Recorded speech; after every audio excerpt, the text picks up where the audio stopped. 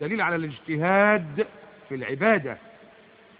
وعن ابن عمر قال كان رسول الله صلى الله عليه وسلم يعتكف العشر الأواخر من رمضان، حديث البخاري ومسلم. وعن أبي هريرة قال كان النبي صلى الله عليه وسلم يعتكف في كل رمضان 10 أيام اللي هم الأواخر، فلما كان العام الذي قبض فيه اعتكف 20 يوما، حديث البخاري. اعتكف 20 يوما، قاعد عشان يشوف ربنا يوقع في حظه ليلة القدر، يوقع في حظه ليلة القدر. سيدنا ابن عباس حديث البخاري يقول يكتب من الكتاب، من اللوح المحفوظ، ما يكون من العام اللي هيحصل في السنة اللي جاية دي كلها في ليلة القدر. يقال يرزق فلان، يولد فلان، يموت فلان، يحج فلان. اللي عايز يحج، اللي عايز ربنا يكتب له رزق واسع، اللي عايز اللي يكتب من الكتاب ما يكون من العام في ليلة القدر، في ليلة القدر. يبقى ربنا بيكتب الخير، وسيدنا جبريل نازل وطالع والملائكة في السماء، وانا بشخر وانا نايم. لا اله الا الله. ما النوم طول الوقت انت بتنام، ده انت لو نايم يا راجل وجالك ضيف من الفلاحين ولا من البلد بتقوم تجري عشان تشوف الضيف نظامه ايه. ما تعتبر سيدنا جبريل ضيف وجاي لك، والملائكة جايين ونازلين في السماء، تنزل الملائكة والروح فيها. إن أنزلناه في ليلة مباركة إن كنا منذرين فيها، في الليلة دي يفرق كل أمر حكيم أمرا من عندنا إن كنا مرسلين، رحمة من ربك. سايبين احنا الرحمات دي ونايمين؟ سبحان الله. ده المفروض إن الإنسان يكون في هذا الشهر الكريم كمان بالذات فعل الخيرات ده في قلوبنا. إذا جاء رمضان نادى مناد من قبل الله يا باغي الخير أقبل، يا اللي عايز خير تعالى، ويا باغي الشر أدبر. ادينا عرض قفاك، ادينا ظهرك وامشي يا بتاع الشر انت، لكن يا بتاع الخير تعالى. وحديث رواه البخاري ومسلم عن ابن عباس قال كان رسول الله صلى الله عليه وسلم أجود الناس بالخير، وكان أجود ما يكون في رمضان حين يلقاه جبريل، وكان يلقاه جبريل في كل ليلة من رمضان فيدارسه القرآن. فلرسول الله صلى الله عليه وسلم حين جبريل عليه السلام يلقاه أجود بالخير من الريح المرسلة، أجود بالخير من الريح المرسلة. يبقى نعمل حسابنا. طب واحد يقول لي مش قادر اخد اجازة في رمضان، اصل 10 ايام كتير واصل وفصل، بما ان ذلك سوف هنشتغل. طيب اقول له بلاش 10 ايام كلهم، روح شغلك وارجع على الجامع. لا والله اصلي عندي ظروف ومراتي طب ماشي، روح شوف مراتك وشوف البيت وخش الجامع بالليل واطلع بعد الفجر وروح بقى شغلك وروح كذا. اهو يعني القاعدة الفقهية بتقول ما لا يدرك كله لا يترك كله. اللي مش قادر اجيبه كله ما تسيبوش كله. كنت رايح الجمعيه اجيب 5 فراخ ما لقيتش الا 2، هات مفيش الا ورك زي بعضه، انا هسيبه؟ طب اهو كده برضه مش قادر تجيب الخير كله في انك انت تعتكف ال10 ايام، هات اللي تقدر عليه، لكن ما تضيعش الخير منك وتسيبه كله، وهكذا. نسال الله سبحانه وتعالى ان يجعل ليله القدر من نصيبنا ويكرمنا بيها ان شاء الله. نحيي ليلها كده بالقراءه والقران والاعتكاف والذكر والتسبيح وهكذا. يبقى فضل الله عز وجل شهر رمضان بالصيام والقرآن وليلة القدر 4.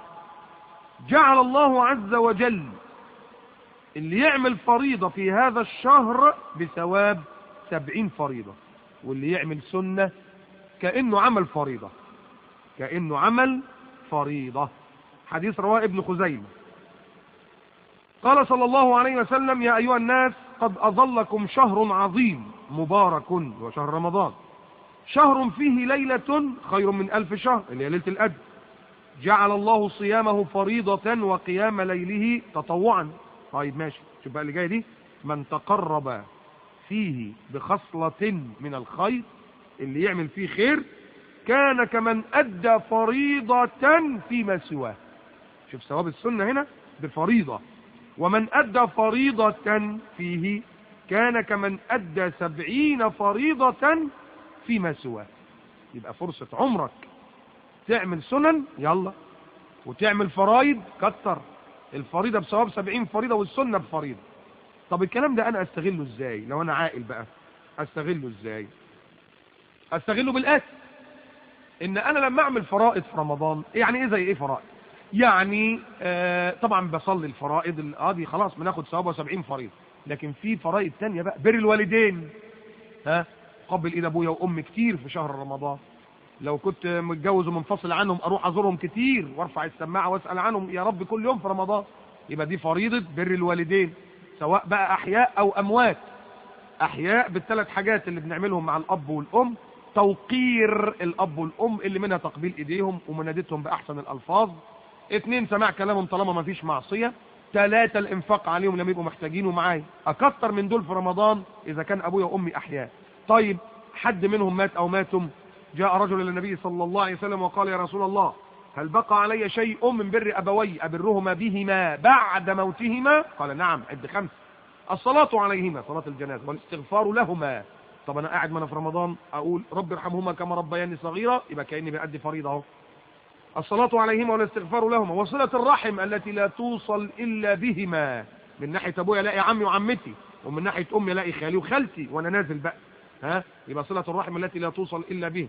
واكرام صديقهما، لما كان ابويا عايش كان بيزور مين اروح ازوره، وكتر من زيارته في رمضان والسؤال عنه ان شاء الله بالتليفون، اخد ثواب بر الوالدين. وانفاذ عهدهما من بعدهما، يبقى شغال على بر الوالدين، على صلة الرحم. الاحسان الى الجار، احسن الى جاري في هذا الشهر وكتر قوي منه عشان دي فريضة، يبقى بثواب 70 فريضة.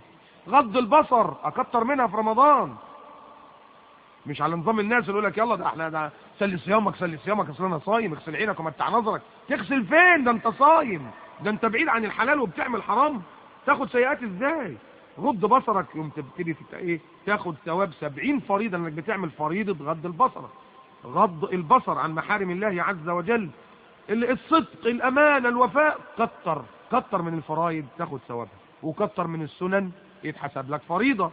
يعني لما تصلي مع كل الفرائض السنن بتاعتها، مش متعودين احنا على كده في غير رمضان، طب ما احنا فاضيين اهو ورانا ايه، يلا مع الظهر صلي السنه القبليه والسنه البعديه، مع كل الصلوات كتر من السنن، لان اللي بيأدي سنه في رمضان كمان ادى فريضه في غير رمضان.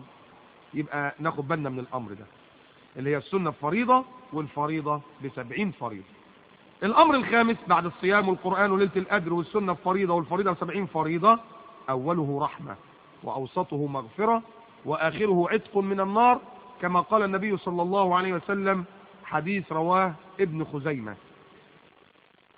اوله رحمة، نسأل الله عز وجل فيه الرحمة، اللهم ارحمنا، اللهم كذا اللهم كذا. اوسطه مغفرة، ان ربنا يغفر لينا. واخره عتق من النار. طب ده يستلزم منك ايه؟ الذكر والتسبيح. واظب وحافظ على اذكار الصباح والمساء يوميا، واظب وحافظ على تسبيح، على ذكر.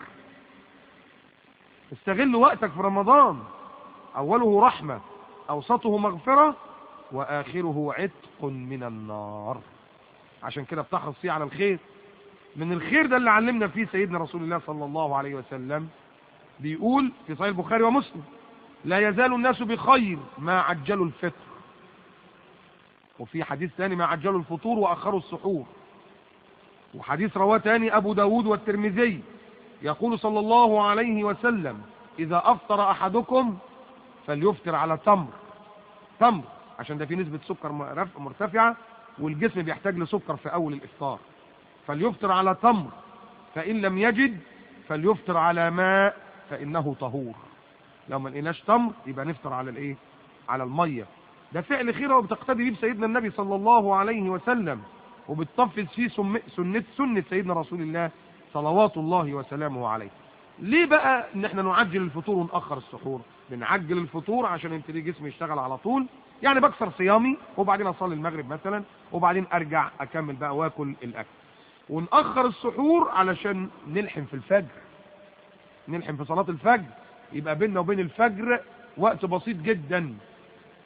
يبقى بيننا وبين الفجر وقت بسيط نقدر ان شاء الله نصلي الفجر في ميعاده. مش هنعمل بقى زي الناس اللي يقول لك لا مش اتسحرنا،